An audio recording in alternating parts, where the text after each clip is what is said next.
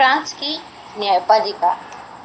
France की न्यायपालिका Britain और अमेरिका के संविधान से बहुत अलग है। 1979 में वहाँ पर रेवोल्यूशन के बाद जब फ्रेंच कॉन्स्टिट्यूशन बना तो उसमें न्यायपालिका की जो छाप है वो रोमन लॉ पर आधारित दिखाई देती है। आइए हम समझते हैं कि फ्रांस की न्यायपालिका की विशेषताएं क्या है। प्रथम है कोडिफाइड लॉ, क्रमबद्ध कानून। फ्रांस के जो कानून हैं उनको क्रमबद्ध करने का काम वहाँ पर सर्वप्रथम नेपोलियन बोनापार्ट के द्वारा करा गया था।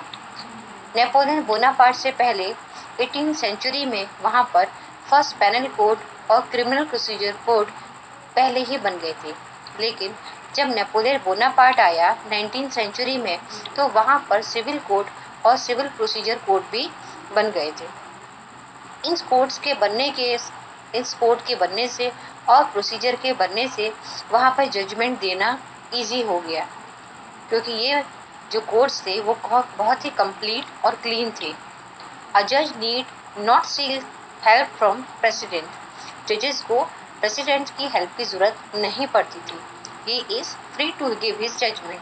वो अपने जजमेंट को देने के लिए स्वतंत्र थे और आसानी से दे सकते थे।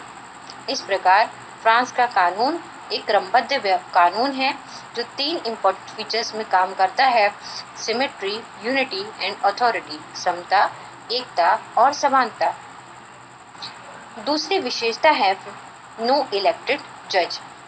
वहाँ पर जजेस का जो इलेक्शन है बाय एग्जीक्यूटिव नहीं होता है। जैसे हम भारत में देखते हैं यहाँ पर जजेस की अपॉइंटमेंट बाय एग्जीक्यूटिव की जाती है, पर वहाँ पर जजेस की जो अपॉइंटमेंट है वो बहुत अलग है।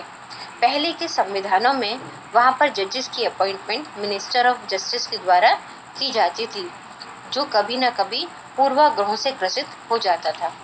लेकिन नए संविधान में वहाँ पर जो अपॉइंटमेंट है वो एक कमेटी करती है जिसे हाई काउंसिल ऑफ जजेस कहते हैं।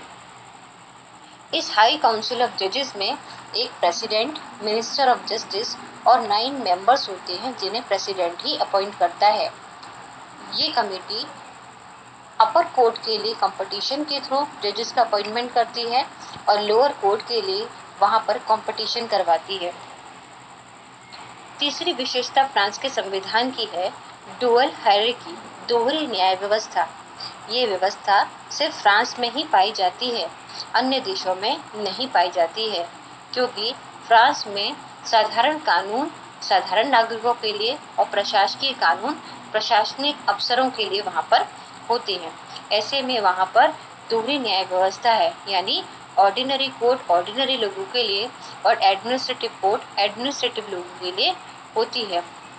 जो ऑर्डिनरी कोर्ट होती है उसमें टॉप लेवल की जो कोर्ट है वो कोर्ट ऑफ कैसेशन है, और एडमिनिस्ट्रेटिव कोर्ट में टॉप लेवल की कोर्ट काउंसिल द स्टेट है। नंबर 4 जो आपकी फ्रांस के संविधान की विशेषता है, न्यायपालिका की विशेषता है, वो है कोर्ट ऑफ कॉन्फ्लिक्ट, विवाद न्यायालय।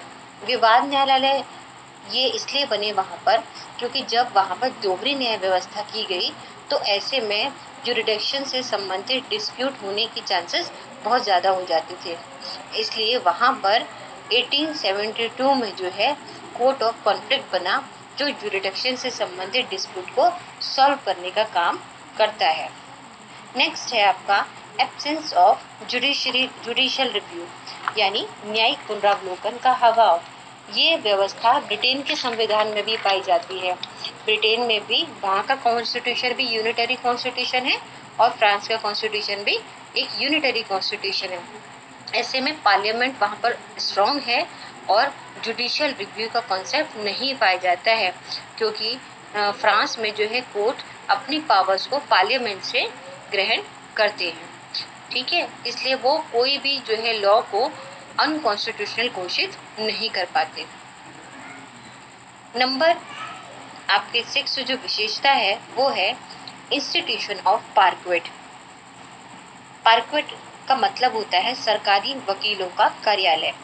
ये व्यवस्था भी फ्रांस में पाई जाती है। वहाँ पर जितनी भी न्यायपालिका है, चाहे वो कैंटन में हो, कम्यून में हो, उन न्यायपालिकाओं के साथ वहाँ एक पार्कोट यानी सरकारी वकीलों का कार्यालय भी रहता है। ये जो है बिल्कुल हेल्प करते हैं किसी भी कार्य के लिए वहाँ पर जजेस की, जैसे यहाँ पर भारत में पब्लिक प्रोसिक्यूटर वर्क करता है।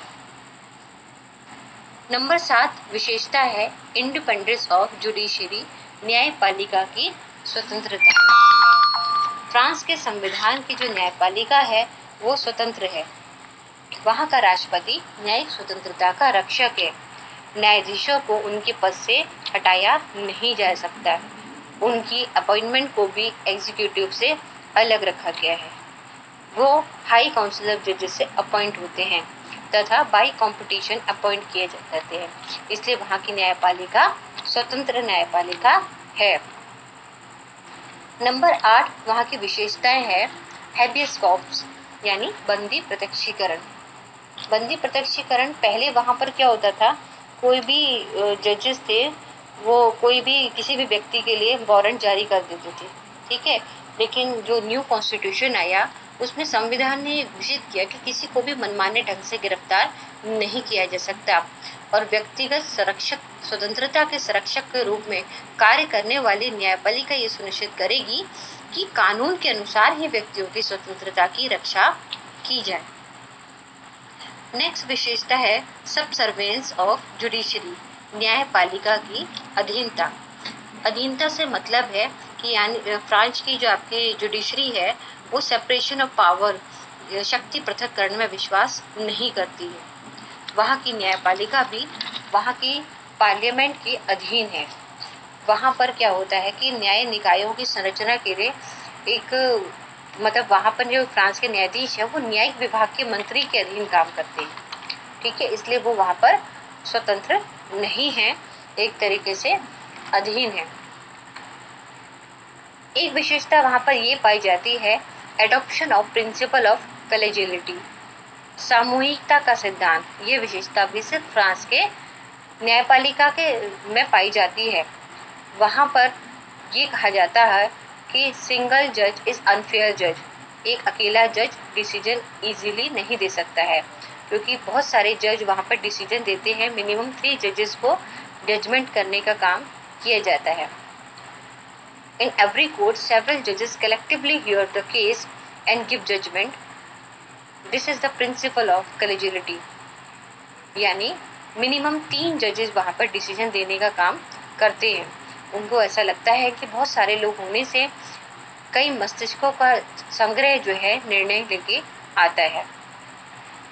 फ्रांस के संविधान की वहाँ की जो न्यायपालिका है उसकी विशेषता है कि नो सेपरेट कोर्ट और सिविल एंड क्रिमिनल केसेस।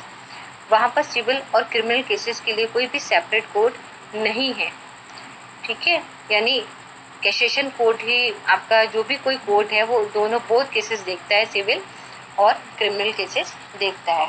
इसके अतिरिक्त वहाँ पर कुछ स्पेशल कोर्ट भी पाई जाती है, जैसे justice of peace, industrial dispute tribunal and commercial tribunal. इस तरह फ्रांस की जो न्यायपालिका है वो अन्य देशों की न्यायपालिका से बिल्कुल अलग है। इसकी एक विशेषता, थोड़ी बहुत विशेषता हम कह सकते हैं ब्रिटेन की न्यायपालिका से मिलती है, जैसे कि आपके एब्सेंस ऑफ जुडिशियल रिव्यू, न्याय पुनरावलोकन का अभाव। परंतु बहुत सारी विशेषताएं जो है अन्य देशों के न्यायपालिकाओं से अलग है।